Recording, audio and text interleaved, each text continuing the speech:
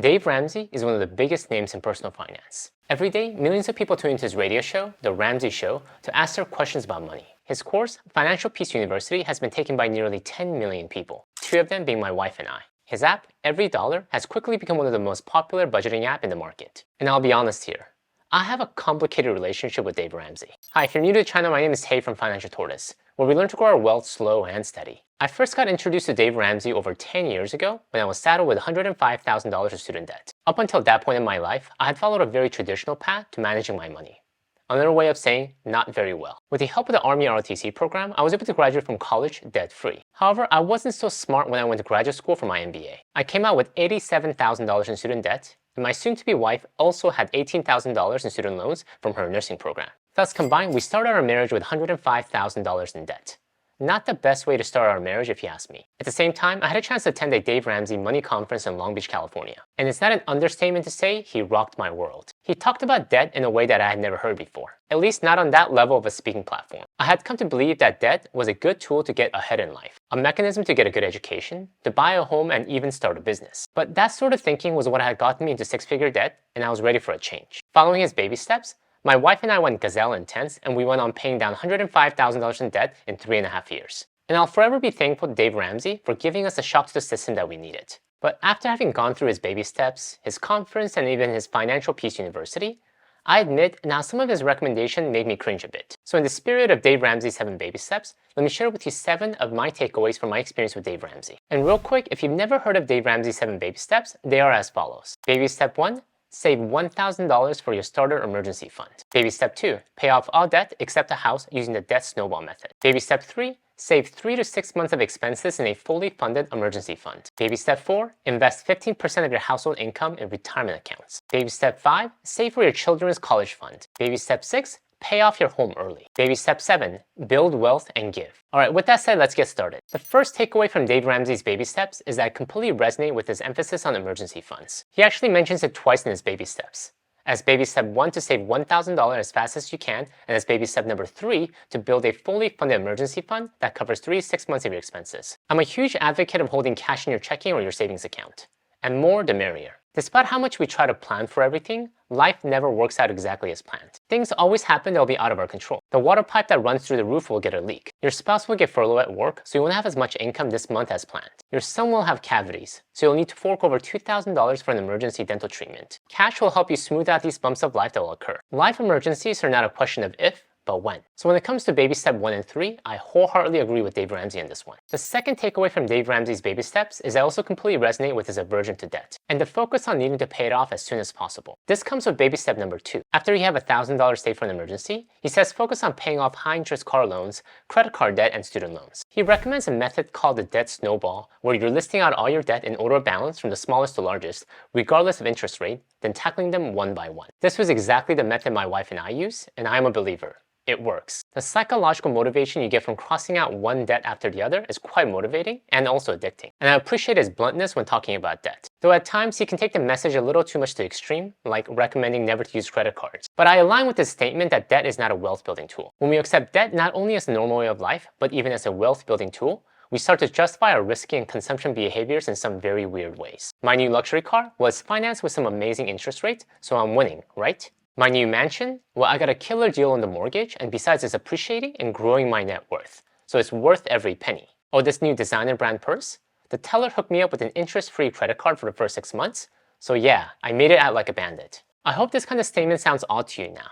If not, we may need a little bit more of Dave Ramsey in our lives. The third takeaway from Dave Ramsey's baby steps is that I like how the last step to the baby steps is to build wealth and give. Money is only a tool. It should never be the end-all goal for any of us. We discipline ourselves to sacrifice, save, and invest so we can harness the tool of money to enable us to live the life that we want, to spend more time with our family, to do the work that we feel excited about, and to ultimately spend our time however we see fit.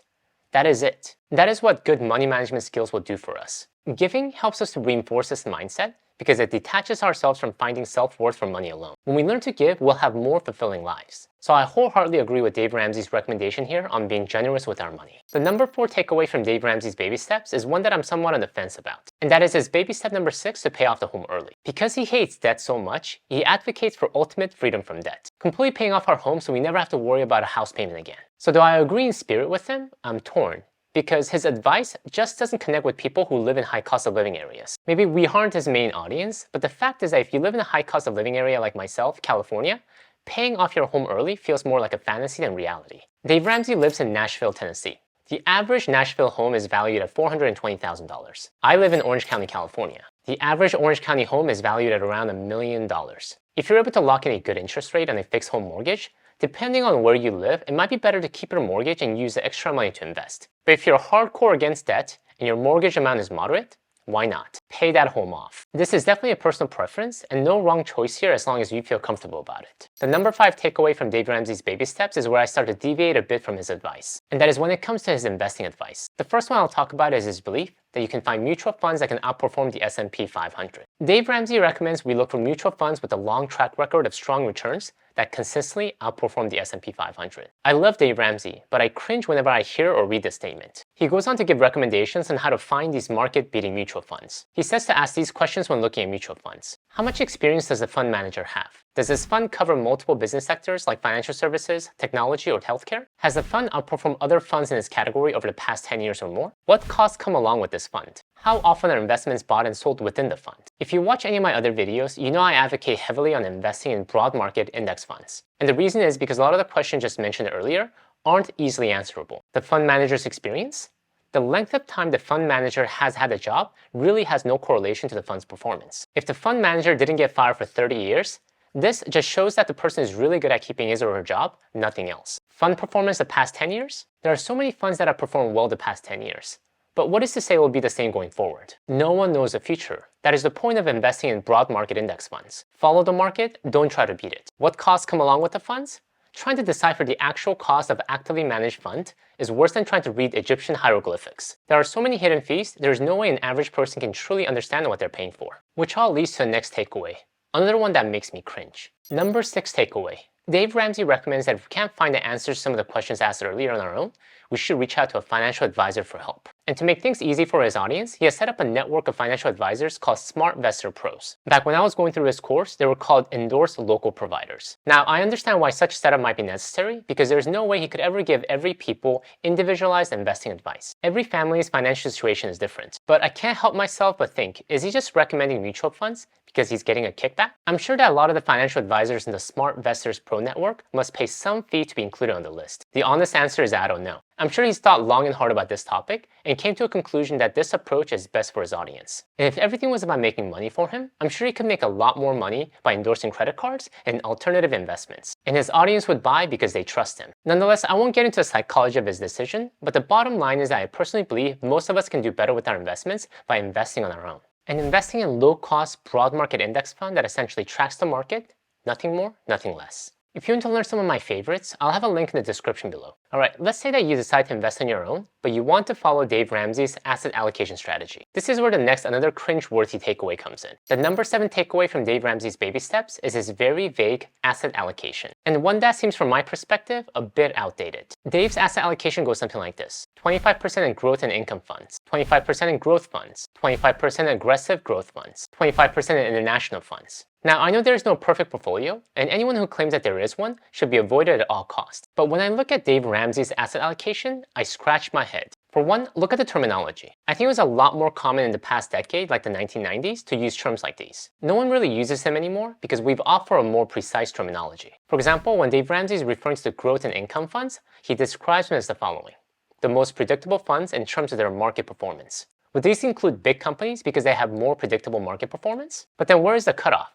Top 10? Top 500? I know Dave Ramsey is trying to keep things simple, and that is his specialty. But if you want to keep things simple, why not just recommend the S&P 500 or the total market fund? Which leads to the second issue I have with this recommendation. It isn't really anything special. So why make it more complicated than necessary? If we were to get the closest Vanguard index funds to line up with Dave Ramsey's asset allocation, we get the following: 25% in Vanguard 500 index fund, VFIX, to represent the growth and income fund. 25% in Vanguard mid-cap index fund, VIMAX, to represent the growth fund. 25% in Vanguard small cap index fund, VSMAX, to represent the aggressive growth fund. 25% in Vanguard total international stock index fund, VTIAX, to represent the international fund. To me, this doesn't look anything special and actually overcomplicates things for the average investor. And there's no good explanation for having 50% of our money in mid-cap and small-cap funds, which are a lot more volatile. At the end of the day, I feel like recommending these asset allocation places more work on the audience, thus do more harm than good. Of course, this could lead the majority of people to offer professional help as recommended by Dave. The bottom line is whether you love Dave Ramsey or can't stand him, understand that not every financial guru is going to be perfect for you. I'm forever grateful for Dave Ramsey for helping me to jumpstart my financial journey. But I also recognize that after a while, I was no longer his ideal audience. I essentially graduated to the next level. Learn as much as we can from everyone and apply what is most relevant to our lives at our life stage. Thank you guys for watching. In the line of financial gurus, if you'd like to learn best money and life lessons from the Oracle of Omaha, Mr. Warren Buffett himself, please check out my video here. Until next time, all the best.